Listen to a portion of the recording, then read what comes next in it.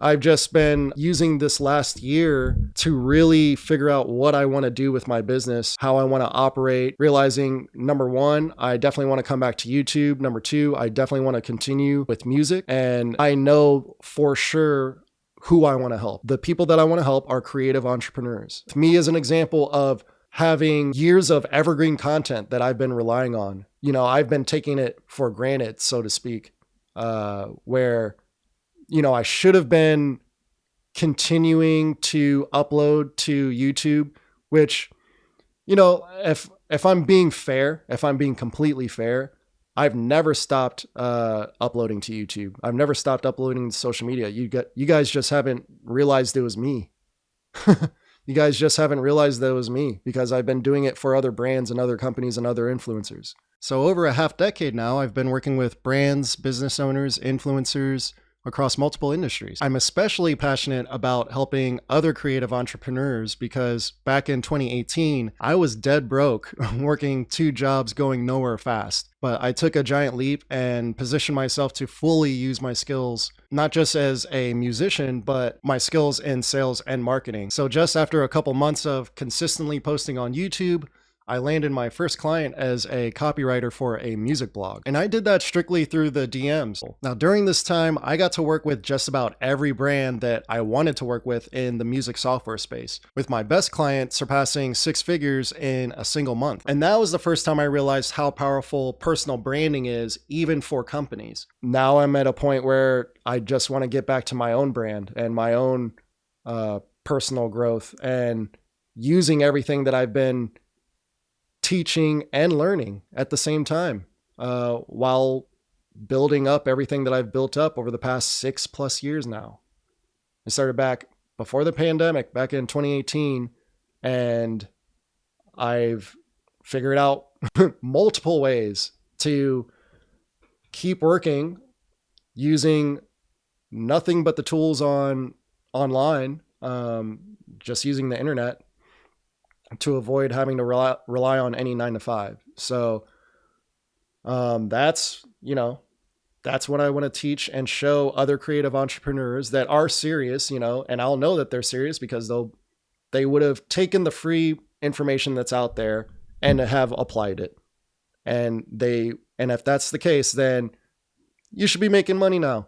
You should be making money. And if that's not the case, then go back and do your homework. Go back and do your homework and subscribe to this channel because I'm just gonna tell you exactly what you need to do to start making money. It's weird that you're not making money if you're good at what you do. It's just weird. Like I don't understand it. I don't understand why people are not showing that on the internet, especially. And the reason why I'm so passionate about it is because it only took me a couple months to get my first client. So you could do this on the side, and over a year, you're definitely going to have more than enough clients to make a decision whether or not you want to go harder on it, or if you just want to maintain a casual lifestyle with, you actually promoting your business and you still working for someone on the side. What I don't recommend anyone go completely all in with your creative entrepreneurship and dump all of your income, dump all your income sources or revenue sources. I made that decision because I had ridiculous confidence and a foundational support system for me to even take that leap. And this is why I tell the younger generation, just keep living with your parents until you actually figure out what it is that you want to do and how you want to do it. Create a minimal viable product or a minimal viable service where you could test it out and see if it works, and then make your adjustments from there. And then just do what you think is logically correct. You don't have to use YouTube. You don't have to use the internet. I know that goes against everything that I'm, teaching and what I help people do, but I'm trying to tell you how most of the world works in terms of the high level people that I work with. Like they're on a high level because they're doing more things than you. That's all it is. We're just doing more than you. That's all. That is all it is. And one of the things that you could do to catch up is by creating content. You can catch up real quick. You can catch up real quick by creating content. So I mean, everyone's telling you the shortcut. Everyone's looking for the cheat code, the shortcut, and they're on it. They're literally talking on it. Like the social media is the cheat code, the shortcut. And I think the reason why I'm able to recognize that and other people can't is because I'm a millennial. So I got to see before the internet and after the internet. So I completely recognize the shortcut. And most of my business I do in real life, especially these past 6 months.